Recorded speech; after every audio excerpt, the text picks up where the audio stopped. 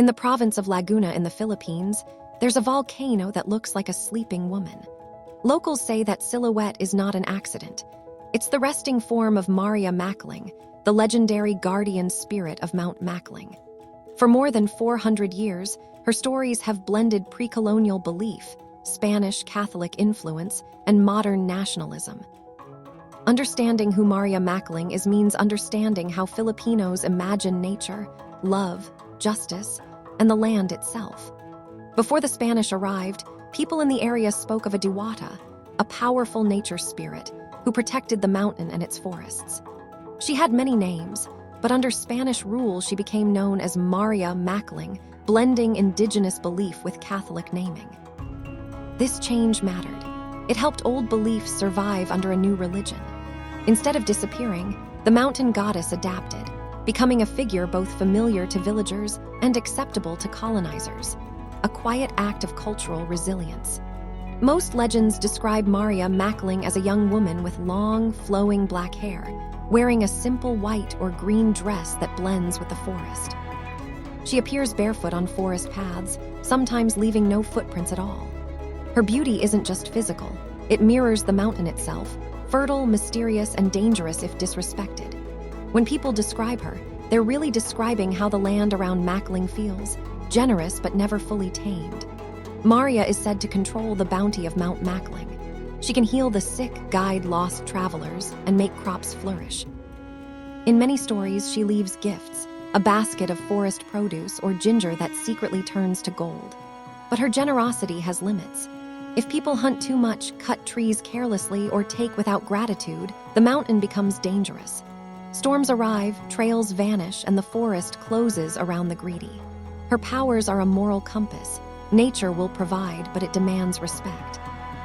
One famous version of the legend tells of Maria falling in love with a mortal man, sometimes a farmer, sometimes a hunter, sometimes a Spanish soldier. She secretly helps him, giving him food from the forest. But he becomes greedy, or chooses another woman, or joins those who harm the mountain. Heartbroken and betrayed, Maria disappears, taking her blessings with her. These details change from town to town, but the pattern is the same. When humans break trust with the land and its guardian, both love and abundance vanish. Many tales end with Maria Makiling withdrawing from human sight. People say she left because of growing greed, abuse of her gifts, or the cruelty of colonizers toward her people.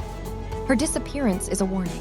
When a society chooses exploitation over harmony, it loses its guardians. For listeners, the stakes are clear. If we keep taking too much from forests, waters, and mountains, we shouldn't be surprised when the Maria in our own landscape seems to vanish too, along with clean water, fertile soil, and safe weather. In the 19th century, writers like Dr. Jose Rizal and later nationalists retold Maria Makiling's legend as an allegory for the Filipino nation. Beautiful, generous, but exploited by foreign powers and corrupt elites. Today, she appears in poems, paintings, comics, and school textbooks. She stands for three things at once: love of country, the dignity of women, and the urgency of protecting nature. When a Filipino sees Mount Makiling on a clear day, they're not just seeing a volcano. They're seeing a story about who they are and what they must protect. Ask locals around Laguna, and you'll hear different answers. Some insist they've seen a mysterious woman on the slopes, guiding them out of the fog or warning them away from cliffs. Others treat her as pure metaphor, a story about environmental responsibility and community values. But in folklore, real isn't just about physical proof. A figure is real if she shapes how people behave. Maria Makiling is real in the way she teaches caution in the forest, respect for water sources, and humility toward the mountain. So who is Maria Makiling? She's a Diwata turned Maria, a guardian of a very real mountain, and a mirror for Filipino hopes and fears. Her legends say, if you treat the land as a partner, it will care for you. If you treat it as something to exploit, it will eventually turn away. The next time you see a mountain outline that looks like a sleeping figure, or walk through a forest that suddenly feels watchful, remember that stories like Maria Makiling's are invitations. They ask, what kind of guest are you on this earth?